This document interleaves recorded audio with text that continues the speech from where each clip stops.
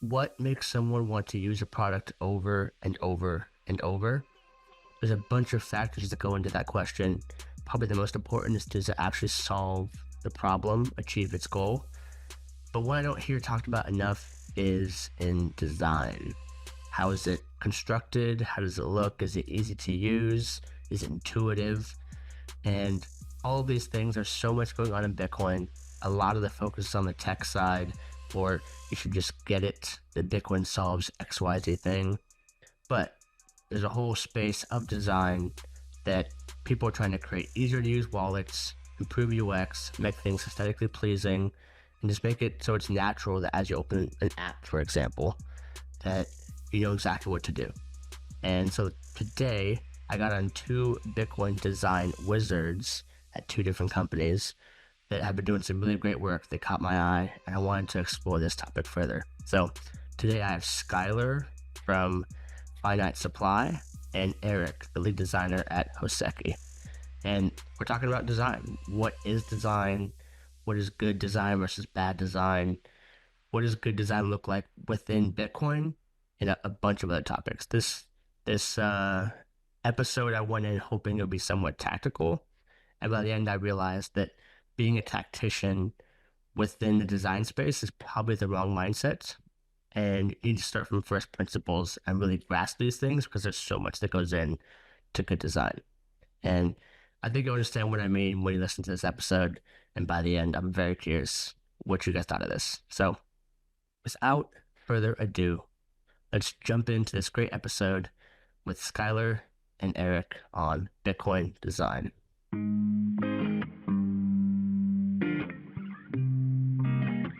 Welcome to Built on Bitcoin.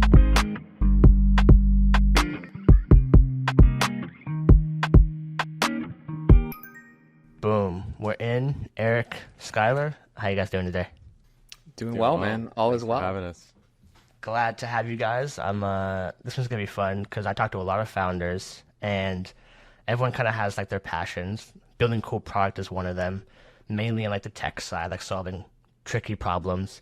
Go to market, not that sexy. Bitcoin design, I don't hear about it enough, so I think this is gonna be a learning experience for not just me but people listening to this podcast. So I want to just jump straight in with a seemingly simple question, which is, what is design? Not good or bad, but just as a broad concept, what is design? And whoever wants to go first, just jump in. Yeah, I don't know. Erik, That's you a fun go. one. I want to nominate Erik for this. Sure. This is a hard one. Yeah. It really depends who you ask. It's like it depends is the classic cliche. So I guess like to start, like a common misconception. Sometimes people think that design is how something looks. Oftentimes that's their first touch point. Is visually how does something look, and they think that's design. I think that's part of it. That's certainly a large part of it, but that's not all of it. I would say that design, to me, it's not pure art. It's not pure aesthetics because it's at its core, it's utilitarian. It's about how something works or trying to create something that works. Its primary goal should be useful rather than beautiful. That's not to say it can't be both, but design is ultimately about using certain things to solve a problem. And then in that ways, I think that design kind of has a lot in common with development in that its purpose is to solve a problem. And in the context of kind of UX design, user experience design, we base a lot of what we do on these things called like Gestalt principles. And for the people that may be unfamiliar, like Gestalt refers to a field of psychology that studies human perception and recognition and kind of why people make the connections that they do. How certain things influence their perception. And in design, we refer to these Gestalt principles like contrast, repetition, symmetry, senses of closure, of proximity, order. These kind of elements play a role, and we kind of apply these things in order to solve a problem, and in order to make it easier to solve a problem. So when I think of design, it's often about how can we kind of apply these principles, these techniques, these tools in order to solve a problem. And obviously, aesthetics matter, and that's a part of it. But like I said earlier, that's not all. Yeah, that's good. That was a great summary. I would echo a lot of that. One thing I kind of go back to a lot when people talk about this is just the dictionary definition, which I like, which is a plan or drawing produced to show the look and function or workings of something, like something that's being built or a garment or and I kind of like this because it's like a lot of what we do as designers is document or describe how something is supposed to work. It's not the actual building. It's like the plan for the building. And I like going back to this definition too, because it helps engineers realize that designers should be a partner in the building of the thing, not something you do at the end, or you have them do something at the end to like make it pretty or whatever. It's like it can work that way obviously sometimes, but this is like teeing up the problem of like the Bitcoin space, but it's like the plan happens before the building typically, and that's how like buildings were built. It's how, it's like how the process has always kind of gone. So I like going back to the dictionary definition because it just kind of puts the designer first. I think that's the proper, it's a really good way to do it, because if you have a good designer working with good engineers, you can plan before you build instead of build and then plan and then make it look pretty, as they like to say. So that's the only thing I would really add. I think it complements a lot of what Erik said, but another thing is like there is this aesthetic element in one of the definitions of design, which is like an arrangement of lines or shapes created to form a decoration. So there is space for this concept of like a design can just be something that is pretty itself. Like it doesn't necessarily need to be utilitarian. Yeah. But if you look at the primary definition, it is a very utilitarian thing. It's like a plan to build something. So I like those two definitions. They are not like perfectly compatible, but they kind of sit next to each other and complement each other. And they allow the designer to like have a toolbox of like, okay, I'm doing a very utilitarian thing, or I'm doing something just for the sake of doing it because it's cool, because it's fun or beautiful. It's just an arrangement of complementary shapes and like beauty. So yeah, I think I don't have much more to add, but those are the things I think about when it comes to design. This is it's good framing.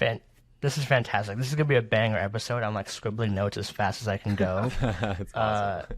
So just to recap some of that, the first thing we touched on was most people think of design as just like the way something looks. It's the aesthetics of it. And it goes much deeper than that. There's a utility aspect. We talk a lot about game theory in Bitcoin, and it seems like in design there's like a psychology aspect of like trying to get into the mind of your user.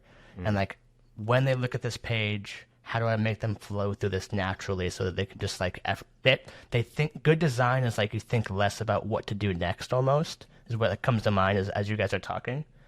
And then Skyler, you mentioned like there's like the utility aspect, which probably seems like that's more in the Bitcoin space because we're having them do an action. But you can also just have a beautiful website that for its own purposes is aesthetically pleasing. So we opened up a whole can of worms. Let's double click on the psychology piece. I like that one a lot, and like the getting in the mind of the user, and maybe this dovetails into now that we have a broad concept loosely of what design is, how do we start to go into what good design is in the context of Bitcoin? Broad question. It's going to get very deep very fast. But yeah. I mean, you want to kick it off, Skyler? I have some ideas, but yeah, I mean, well, you go with your ideas because I think I need a little bit more time. Sure.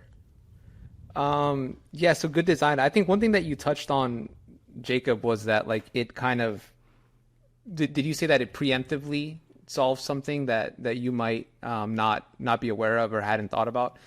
I think like that is a part of something, and the part of the something that I'm referring to is like that's like an example of like a small moment of like of delight.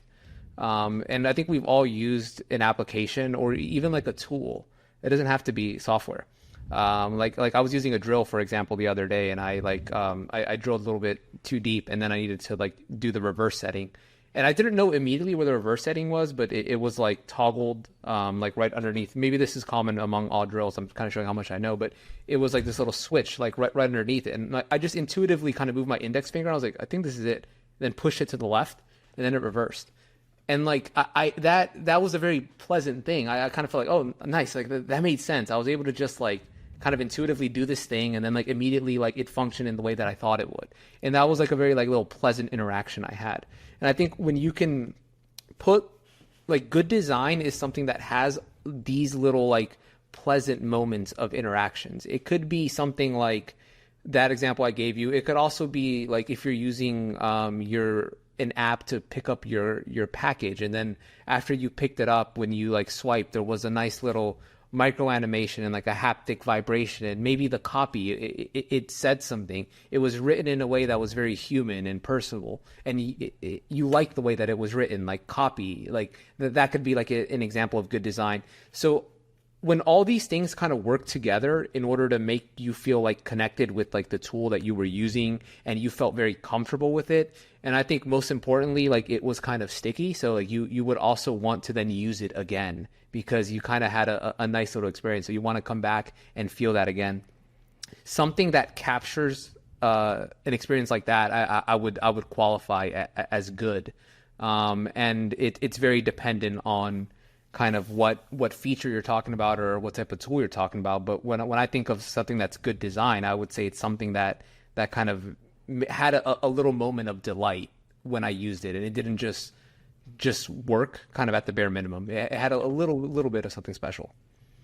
Yeah, I think that's right. So there's like layers, I think, of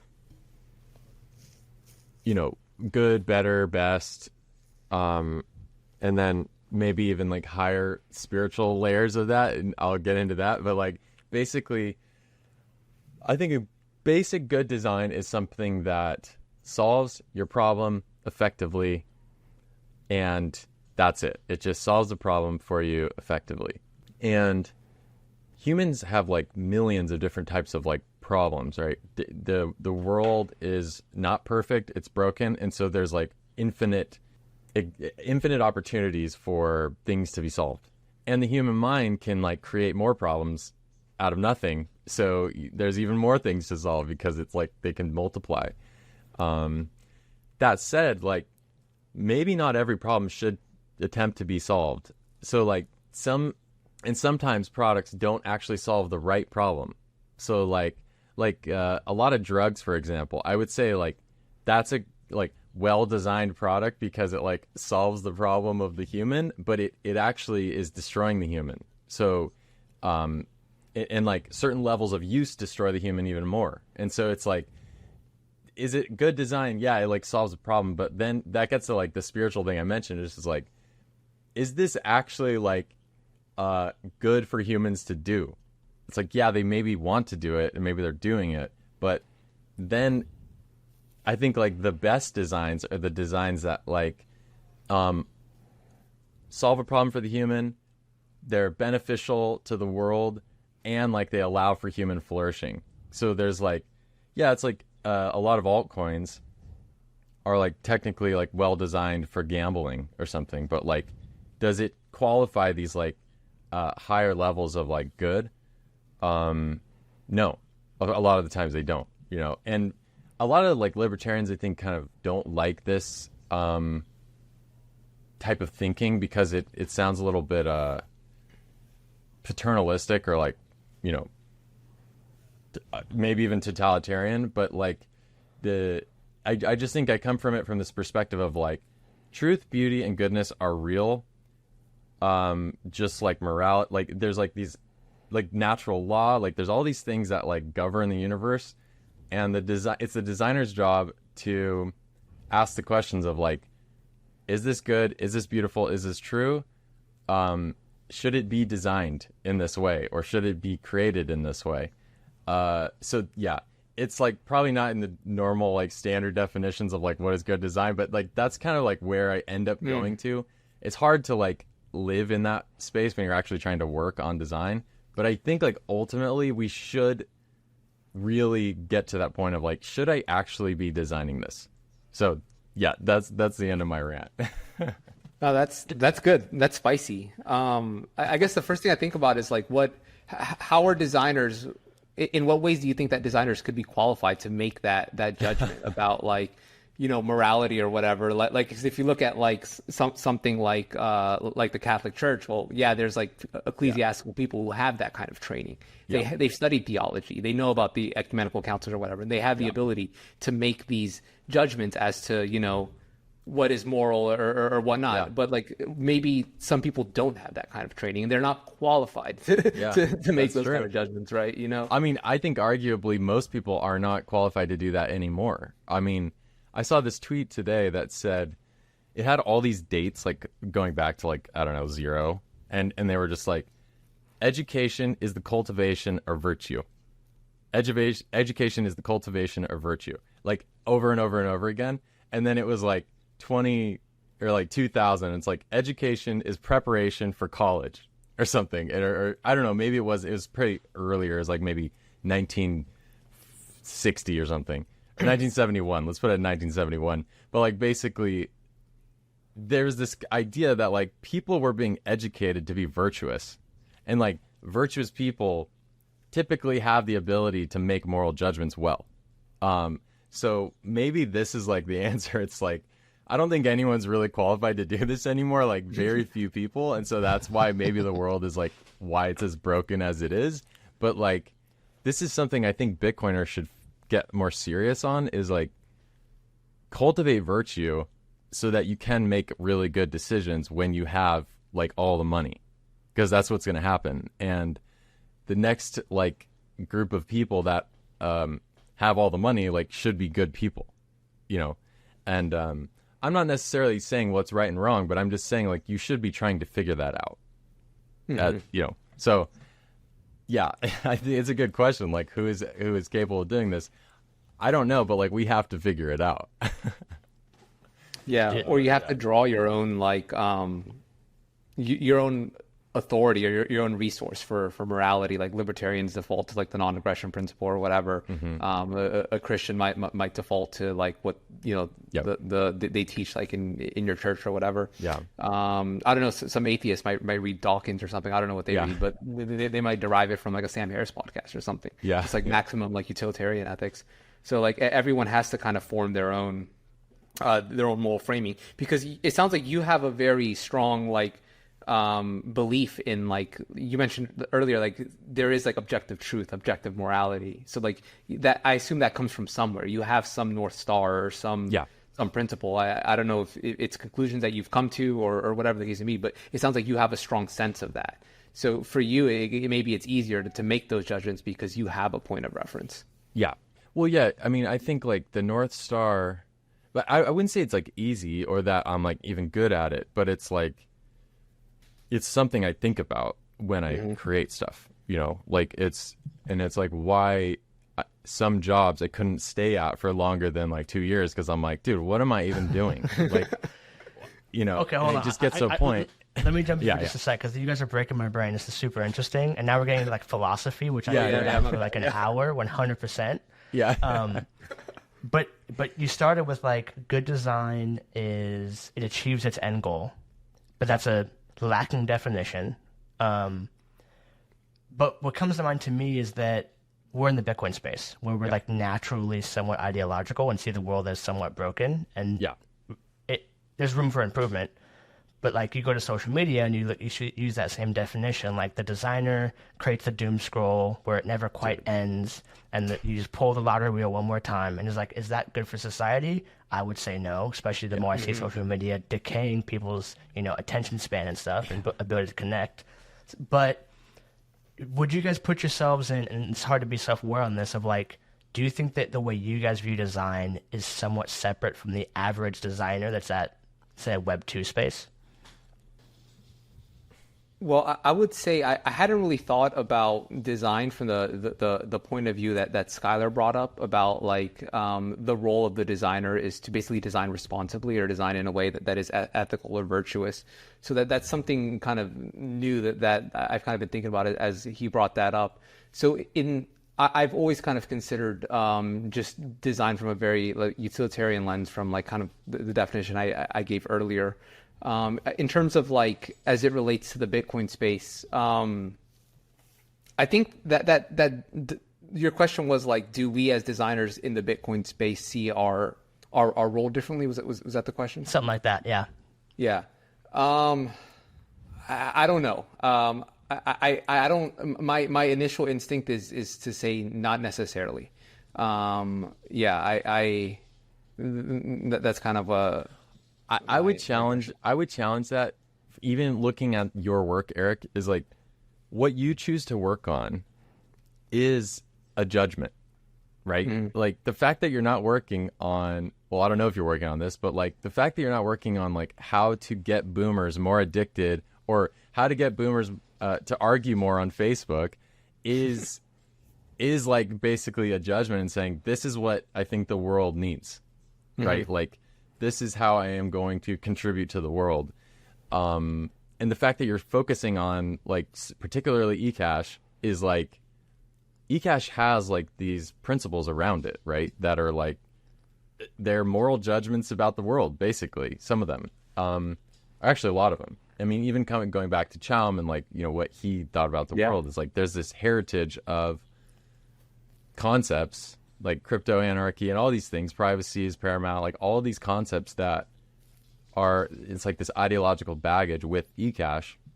So like focusing on that is like, I would say what differentiates you from, you know, some Web3 designer that just floats around all these like trash projects and like, will just do whatever, you know, like no principles, work on whatever casino, whatever degenerate like thing is possible.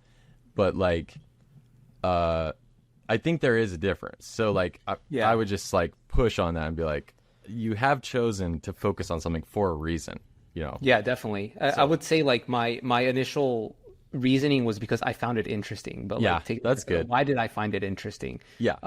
Because it spoke to me like in a way that like some of the other things didn't, right? Like the nature of Bitcoin and the nature of eCash specifically, the way Chaum wrote about it, and you know, privacy, these things, they did speak to me. They were important, they were valuable, they were worth me spending my time thinking about and contributing to push these things a little bit forward, a little bit better. So yeah, I definitely hear where you're coming from. I think there's some overlap. I just don't know if I ever really put the two together. Yeah. It was just interest. But I mean, like, as far as like the job goes, there's a lot of similarities, right? Like, we still have to look at the space, understand the problems, understand the users, produce products that like work, and then see how they work, and then like adjust them, and then iterate and like go through that whole process. Like, I think that process is just kind of like universal, but why we're here and why we're working on what we're working on, it's driven by like different things. And I would say that there is a difference between people that focus on Bitcoin building and everyone else. Like, there's just something driving people to work on this. And it's like, I think that we should get more intentional and like understand that deeper, because there's like something powerful about it, right? Like, so yeah, I think there is a difference, but yeah, the work is similar, right? Yep. Okay. I want to jump back into some tactical stuff, and for these questions, let's assume the designer and the engineers are aligned that this is a problem that's worth solving, so it's a good problem. Yeah. What, as a founder, or as from your view, where are the biggest gaps in most projects? Like, who's think they're killing it and really not doing well? Like, where's the and almost like, what's the state of Bitcoin design in your opinion? Like, we use wallets, they just work. I don't know if it's a good wallet or not. I hate doing my seed phrase. Like, there's all kinds of questions here. But like, as a founder, what's I kind of want to start from like the negative. Like, what are most founders doing wrong in design, and then we can work our way towards the good, or like how people can improve. I mean, something that immediately comes to mind is, and it's very common in this space, is like basically this idea that engineers have this idea and they want to build it, and then like it doesn't really matter how other people think about it. It's just like, I just have this idea and I want to build it, and that's just the way it is. And it just stops there. And I'm like, dude, that is like, it's just a dead end. Like, that's such a dead end. And it's like very self-aggrandizing. It's like, it just is like, selfish. I hate saying that word because it's like a little too like moralistic, but I'm like, you're only thinking about your interest, and that's it. And like not connecting it to like, okay, who has this problem? Like, they just don't think about it in a bigger way. So that's just something I see that's very common. It's like, I think it should be this way. That's it. And there's no like conversation. Like, there's no Socratic humility of like, I know some things, but I also know nothing. And like, I want to learn. So that's like the main thing that I see is the problem, is like, there's just a lot of engineers that think, I'm super smart, I want to solve this problem, that's it. And like, that's just not enough. That's not enough. Yeah. I don't know, Eric, what do you think? I mean, I would echo a lot of that. I would say that's been my experience. The core of it is that a lot of the space is dominated by engineers, and they have a tendency to put the technology or their own enthusiastic interest behind this specific, application of a technology of Bitcoin first. And they put that before they put the people first. And ultimately, like, these are tools for people to use, and they can kind of over-engineer or overthink, trying to just make something work without actually taking a step back and thinking about the people that use it. Yeah. And I think that kind of stems from some of the things that we're talking about the ethos behind Bitcoin and the kind of people that work on it and that are drawn to it. They tend to be people that think very, very critically and deeply about not just Bitcoin on a technological level, but also at a social level. Yeah. And I think that this was very, very common among projects kind of like Bitcoin, protocols that were bootstrapped very early on. Things like kind of BitTorrent come to mind, or cryptography, obviously. So when these protocols were being bootstrapped or started, it was very, very important that you had this kind of enthusiast, this kind of like hardcore kind of engineer focus on these things. And you had people that had ethos and were applying this kind of thinking early on at the bootstrapping stage. But I think what founders need to realize is that if they're building a Bitcoin product that is for the consumer, at this stage, it's important to realize that like once you cross a certain stage, that it's no longer necessarily prudent to appeal to the enthusiast or putting the tech first. You have to put the people first. And those people, they shouldn't have to have a requirement to understand, in this case, Bitcoin, or understand the technology. There shouldn't be a requirement that they have to read like a book or understand cryptography or anything like that. They shouldn't have to be an expert in this in order to use it. Yeah. It should just be something that they can just, in the case of Bitcoin, just download an application like Fedi or eNuts and then just use it, and it should work. Yeah. And when you don't put the people first and you put the technology first, I think founders can kind of miss that step and focus too much on the enthusiastic nature of Bitcoin, and also like the Bitcoin enthusiast community that will respond to you, as opposed to the consumer, which just doesn't care about that. Yeah. Dang. That's super. Yeah, that's exactly right. And another thing about the space that I've realized, just thinking about this problem, is like, and talking to some developers, I'm like, why is this? Because some of the developers I've been hanging out with, like, they understand this problem. And I was asking him, I'm like, why is it like this? And he's like, well, one reason developers love working on Bitcoin is because it's super permissionless. So like, you don't really get that in fintech, because it's like, oh, dude, I have to get regulated. I have to, there's like 3 fintech companies, and like they're not, or like there's a bunch and then they're all just like, using the same stack. And it's like, it's harder to just tinker with a fintech thing, way easier to tinker with Bitcoin, and engineers love to tinker. So it attracts like a lot of people like that, which is good. Like there are benefits to that, and it does keep the like sort of, I don't know, there's always these like pros and cons, because if you change some of these things, you could drastically like ruin Bitcoin, or like dramatically change it rather. And so there's like, I'm very like conservative in that sense of like, if you make it harder to tinker with and you discourage engineers from coming, like that might be a worse situation than what we have now, you know? And also if you encourage way too many designers to come, that's actually disastrous too. Like I've been wanting to talk about this, but like I have seen places hire too many designers, and like civil war broke out because the ideological makeup of this horde of designers was drastically opposed to this company that they came into, and like it's pretty obvious for people that understand like designers like what their ideological makeup is, but it was like incompatible. And so there's like these things that you got to be careful, is like we can't really have too many designers in, so there's something to think about there. This is super interesting because the founder's job is trying to create something from nothing, and there's kind of this balance between humility and like user feedback and conviction in the idea until it like finds and a product fit. insanity. You gotta be a little crazy. That's definitely a insanity reined in is a powerful force. It's kind of like nuclear energy, but like in the engineer founder mind, most of the good founders understand the idea of the MVP and then getting quick user feedback and then quickly iterating. Yeah. But I haven't heard it talked about. For sure. And you can see how fast they go to market and how fast they like actually doing user interviews, for sure.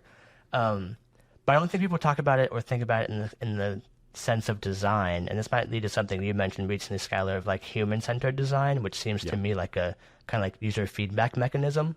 Yeah. So they understand the MVP, feedback, iterate, but like what does that look like in a design kind of like mindset? Yeah. I mean, I just think like designers are they should just be part of that process. Like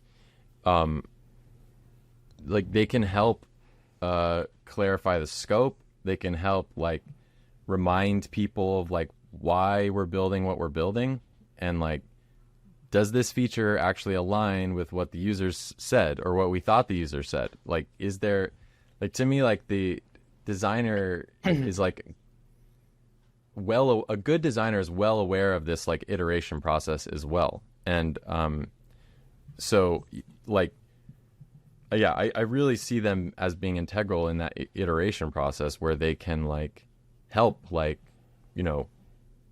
also like you don't have to develop an MVP. Yes. Like a designer can be there to actually help you build an MVP faster, like without hiring a developer, which is probably going to be cheaper. So like a lot of founders don't really think about this because they just want to build stuff, but it's like, dude, you can get an MVP and get information way faster and iterate like 3 times before you actually build for less than actually building code, like engineering a real thing. So that's like one big aspect I think a lot of founders are missing out on, is like, dude, you could iterate with design way faster and just purely design, and then get your answers to that could potentially save your business way before. And to be clear, you're talking about like, this is like, do a working mock-up in Figma, go out, get user feedback, iterate quickly before you start hiring some highly paid dev to put it into code, that kind of thing. Yeah, I would love to see more of that, honestly. Yeah, I find that whenever you show like a founder who maybe doesn't have experience with that, and then you actually show them like the user feedback, or they actually watch the recordings of someone interacting with the product, and they just realize how much they either assumed or they were just straight up wrong about how they thought people would react or think to their design, they immediately see the value of it. Because it's almost like they had that moment of, wow, I could have just like foot gunned myself and gone full speed ahead with this flow that I was thinking was so clear. Yeah. But 4 people had totally different interpretation of it, and they really kind of see the value of that very, very quickly once they actually experience it in real time, and once they're deeply connected to it. And like watching those people, dude, that like I've seen that happen so many times where they're just like, I cannot believe people think this about what we made. Like I love that. Like that is like one of the most fun parts about design is when you're surprised, like when users surprise you. Because what's cool about that is then that's like new opportunities that you can dig into. You're like, oh, I didn't realize they think that way.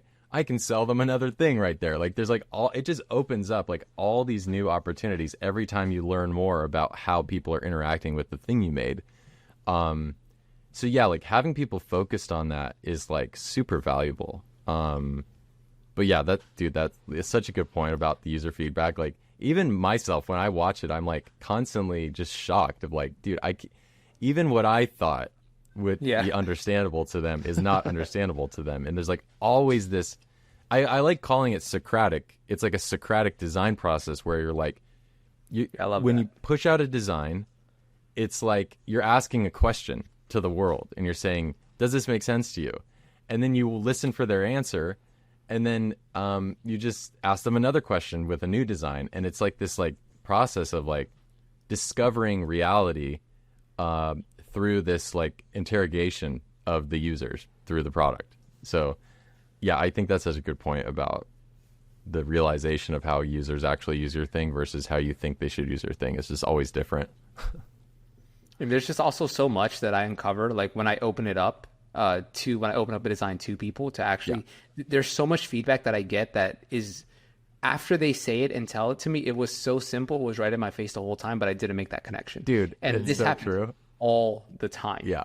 Like I'll be hammering away at this design. I'll think I'll have like come up with this flow that very cleverly executes this thing. Yeah. Someone would just look at it and be like, well, why don't you just have toggles in a slider there? And you're just like, oh fuck, that's so much. That's it. And like, and then this happens all the time. Yeah. I think even to the best designers, like it should be happening, because there's no way, like if that's not happening to you, then like you're not. There's something wrong with your you're omniscient, right? And you know everything, and you're just like, oh yeah, I'm the best. You know, it's like that's rare, right? But yeah, like that concept of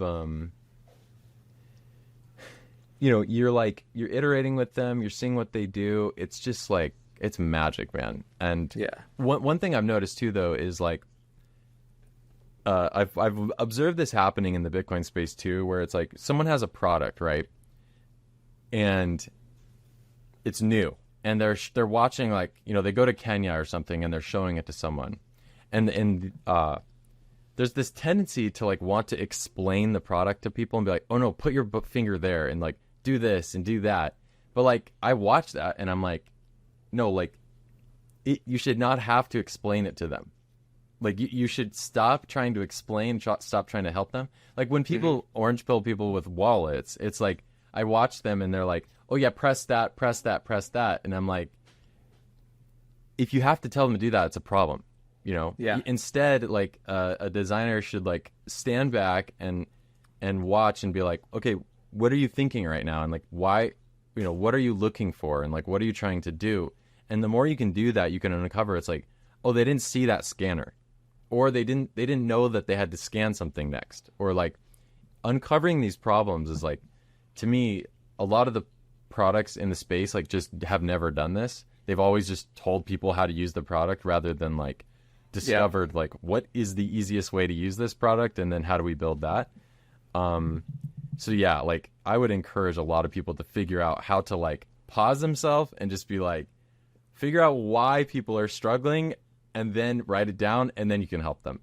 So like it's I don't know if you've seen that, Eric, but like I see 100%. Yeah. And it's also like have that moment of humility or like to check your ego where like they're not wrong for like going into the settings to try to find what it is that you were going to do it, regardless of you put it right there at the bottom and you're like, oh, why are they in there? Well, you know, like have that humility to be like, okay, let me understand this. Like maybe there's something wrong about, you know, the way that we have this organized or the steps that we have this in that causes them to go in here and try to find this here.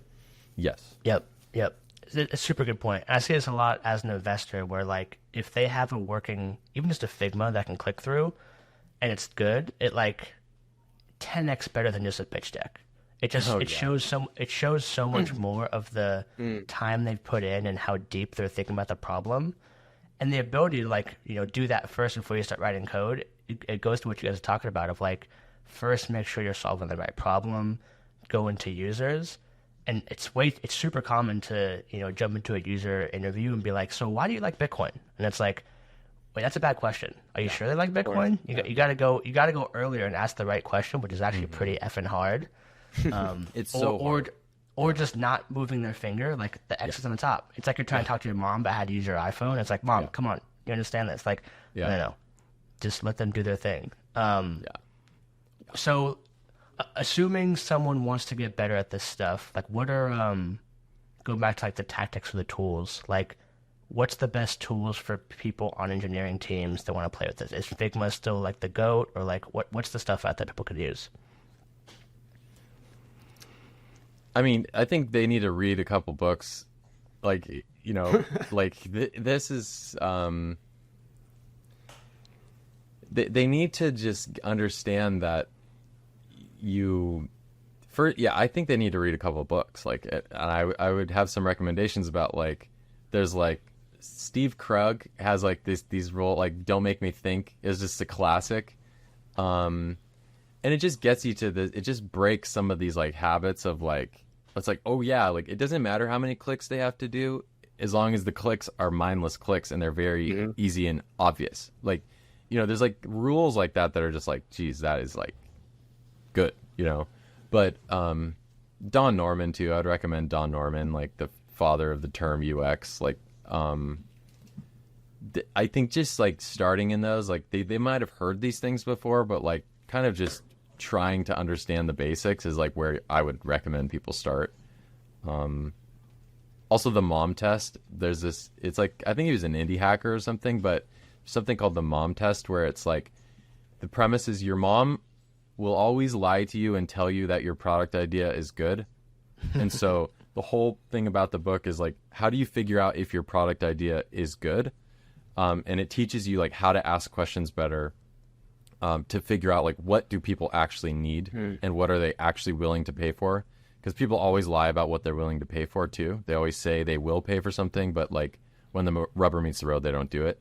So those 3 books, like the mom test, Don Norman's The Design of Everyday Things, and then Krug, I would recommend KRUG. Like Krug's books are like classics in my opinion. But I don't know, Eric, what do you think? I mean, I've definitely read Krug's book. I haven't read Norman's book. It collects dust on a shelf. Yeah, that's right. I haven't read it. I'll be honest. My experience with Norman is actually more on his website. I think it's NM Group or NNM Group, Nielsen Norman Group. But I would actually send developers there because I don't think I've ever seen a resource where like you can watch a 3-minute YouTube video on a design concept, and in those 3 minutes, it will get it, just hit it. Like, and this is something you could just send someone, like a designer. You're trying to explain to a designer, like whatever, why this, how this thing should work, or why this is important. You could just hit them with like Nielsen Norman Group videos. That's true. Or even their website. I'm sure it's probably a lot of the same information in the book, but it's just super skimmable and a lot easier to digest. That's true. So I would say like developers should probably start there, the Nielsen Norman Group. I also recommend Mobbin, Mobbin, which is like examples of real products, which I think is really, really useful. Because it's I think it's more common in Bitcoin where we actually are solving novel problems for the first time, but there's a lot of conventions actually out there. Sure. Like for example, the other day I was working on like an app, a design in order to split balances across mints.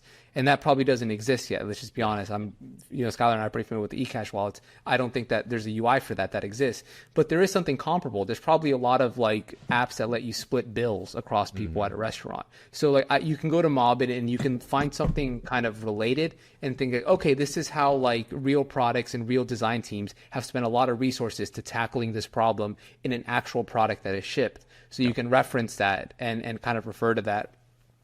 More Bitcoin specific, I think Sahil's started a new newsletter. Is it Studio 21? Is that the name of his newsletter? Yeah. That it's really good. I think he's only had like two instances so far, but it's like once a month, and it's just like really well written. It's written really well, and it's like good examples. It's not just a very lazy example like, oh, this wallet launched a new feature and it looks really beautiful. Like, no, he'll actually take time to like highlight something that's really, really important and useful at a bit of a deeper design level. So his newsletter is good. And then I got to show like the Bitcoin.design community. I think that's really useful for developers and engineers to reference, because there's a lot of like best practices and conventions there that they can reference for various things. Like maybe a lot of it is maybe for smaller UI things, like how to display like an address in, the most effectively so it's skimmable, or like best practices for like displaying like a 24 seed word screen and having the user confirm it. These things that wallets do, a lot of different wallets do, there's already people that have spent time looking at them and kind of compiled the best practices in the easy reference. So yeah, those are like some things that come to mind that like founders and developers can refer to step up their design game. That's excellent. Yeah, the Bitcoin.design thing is what kind of put all of this on my radar, because I was like, this is dope. I'm not even a designer, and I'm like just scrolling stuff, fascinated. But also, there's just so much siloing in Bitcoin, especially amongst ecosystems. So where like there's so much knowledge just kind of like locked in your guys' heads, and you guys don't have time to share it because you're just busy building shit that works. So glad people are doing that stuff. Also I asked a question of like, what's the tools we should use? And you guys are like, first go to mindset, first go to like principles. You're going to fuck up the tools and build something stupid. So I love the that. manual. Read the manual first. There'll be many links below that you guys should first go read. Cool. Well, we've been rolling for 45. I think we've got like 10-ish more minutes if you want to roll. I got no more real questions. I mean, I could ask a couple more that are on my docket, but I actually want to leave it open. Like, do you guys have anything super interesting that you just want to get off your chest? Things that I didn't ask? What should people know? I mean, one thing I've been thinking about recently is like how there's not that many use cases in Bitcoin to build real businesses around.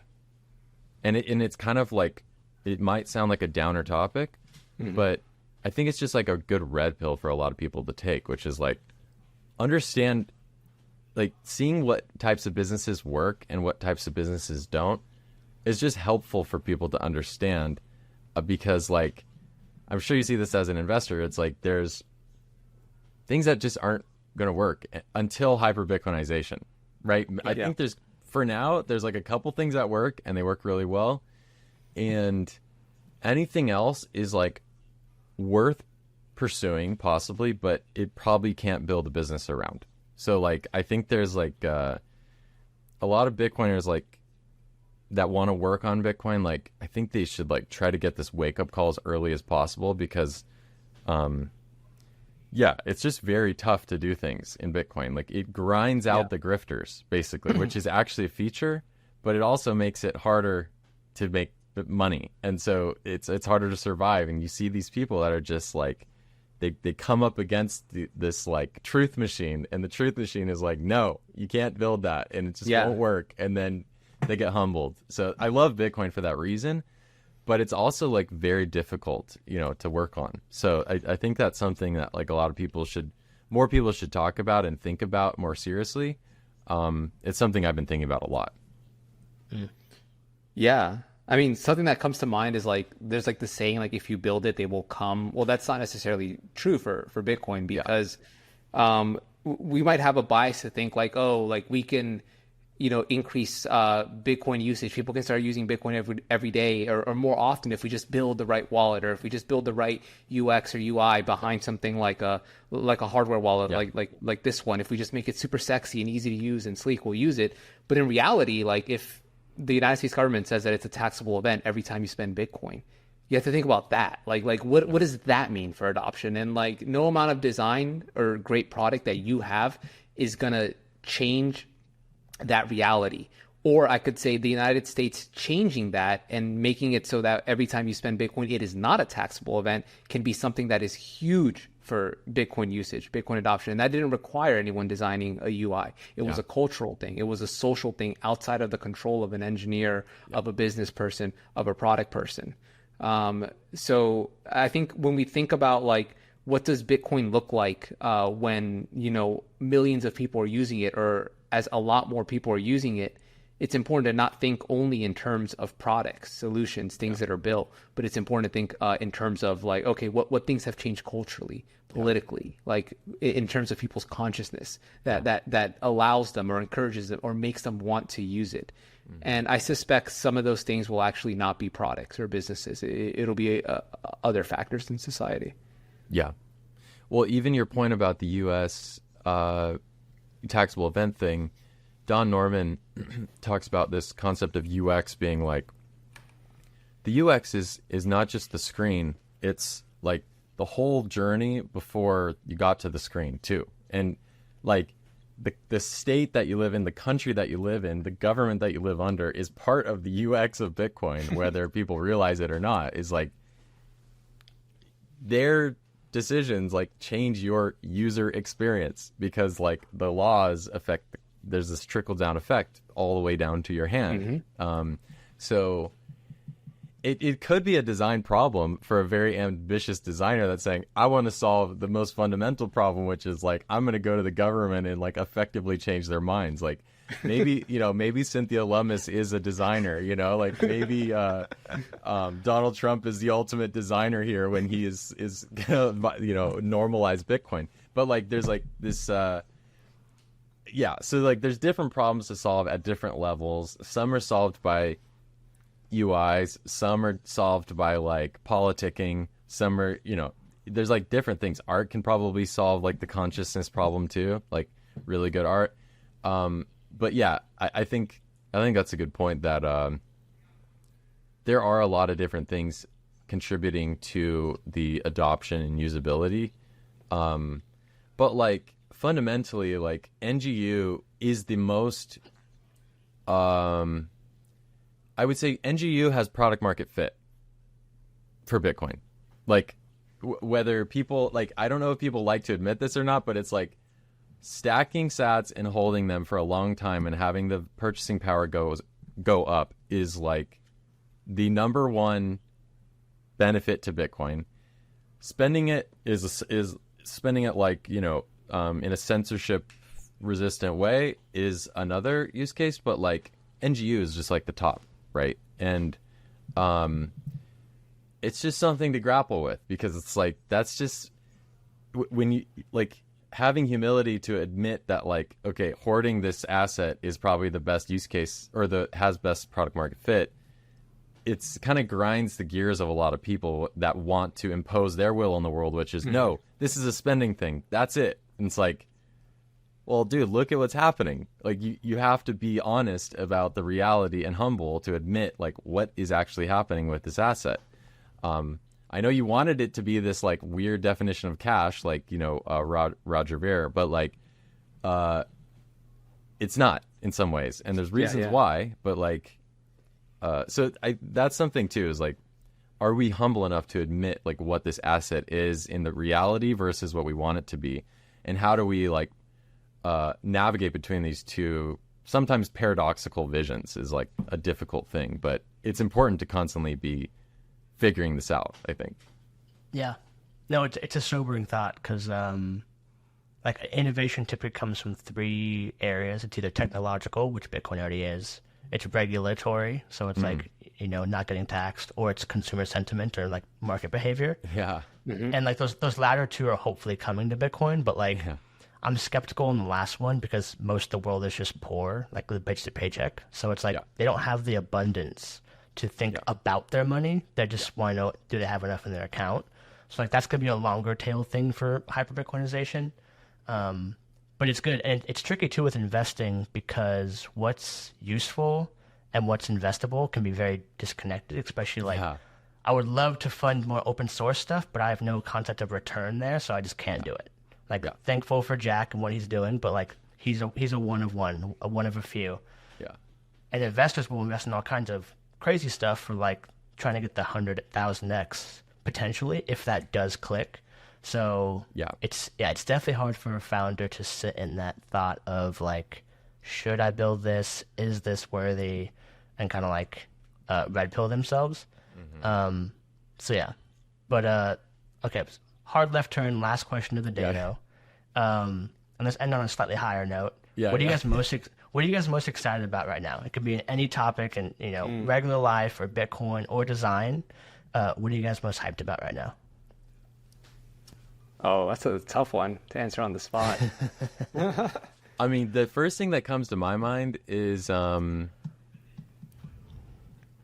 I hate saying this, it just sounds like a cop out, but AI is very interesting to me. Like watching normies adopt this thing is like just fascinating, because I'm like a lot of techie people adopt it, right? Like they use it to write code. I've been using it to like do front end code, and it's unbelievable. Like Cursor, the text editor Cursor, it's unbelievable, dude. I'm like, make this look like this, and it just does it, and it writes the code, and I'm like, do it in Tailwind, and it's like, yeah, it's like use this color in Tailwind, and it's like, I just use normal language, and it's writing like good front end code. Dude. That You is just great, propelled me. dude. You gotta try it. I mean, it is like unbelievable. Because like if you have a like somewhat of knowledge of like how HTML and CSS work and just basic front end stuff, or even React, that AI will bridge all the gaps. Perfect, because I can recognize what the component looks like a React component, but Yeah. I can't actually. But yeah, that's all I need to know. I can just recognize the pattern. Yeah, and like you might not even need to do that. You can be that like, I just don't. Like, you can be very broad, and it will sometimes give you good stuff. So it's I don't know. AI is very interesting. I think it's going to unlock so many different use cases. Like Bitcoin has very few use cases, which is why it's good. But AI also like unlocks all these different use cases for a lot of people, and that's just like interesting to me. So, I'm not pivoting, but I think there's like I am interested in it. Dope. And also, I'm gonna cut this out, but I actually have a call I have to jump to. Oh, I'll be a couple minutes late, so that's my bad. But I want to get your quick take, Eric, on what are you most excited about, and then we'll close this down. Geez, what am I most excited about? God, I don't know. I mean, what have I been doing? I mean, You're doing it right now. well, I'm excited about the stuff that I work on. Yeah. I'm excited about the protocols that I work on. That's why I work on them all day. Well, I could say that I'm excited to see the very like organic growth of Cashew. Yeah. Of the eCash protocol. I'm excited to see the people that are willing to devote their time and energy to this open source eCash project that has absolutely no business model. Yeah. And is purely based on, hey, there's potentially some really cool things that you can do with this protocol and this technology, and people are motivated by that alone enough to spend a lot of time building really innovative things, and that to me is exciting. It feels like I just feel really excited every day that I get to work on it. It's like when I was a kid and I got the Nintendo 64 for the first time. Like you just wake up the next day, you wake up super early, you're just like, I have, an N64 with like Mario 64 and Zelda, and you can't that wait. plastic smell, it's so good. Yeah, it's like I feel like that again, and I feel very lucky to feel that way, because as I've gotten older, I realized that people like in my 30s, as old as I am, some people don't have something like that in their life. They don't have something that they can just jump into that puts them in this state of flow and focus, and they're excited about. So I'm very excited to have that, and I also kind of understand that it might go away one day. So I cherish it very much, because if that fails, if Bitcoin fails, or if this thing goes away, I'll be pivoting to AI. No, I'm just kidding. I don't know what I do. I probably do like piracy stuff, peer to peer, like file transfer. That's fucking awesome. Man, this has been a fantastic episode. I'm gonna have so much work clipping out all the bangers that you guys dropped. So Nice. thank you to you guys. I'm sure the founders are gonna enjoy this one. So appreciate what you guys do and what you guys are working on. Thanks for coming on. Thanks for having us. It was awesome. Yeah, thanks for having us. It was a lot of fun. Thank you for listening this far into the episode. If you found it enjoyable, please do like, subscribe on whatever platform that you're listening on, YouTube, Does me a huge favor to like and subscribe. Find me on Twitter at Jake Blockchain. Show me some love. I reply to every DM.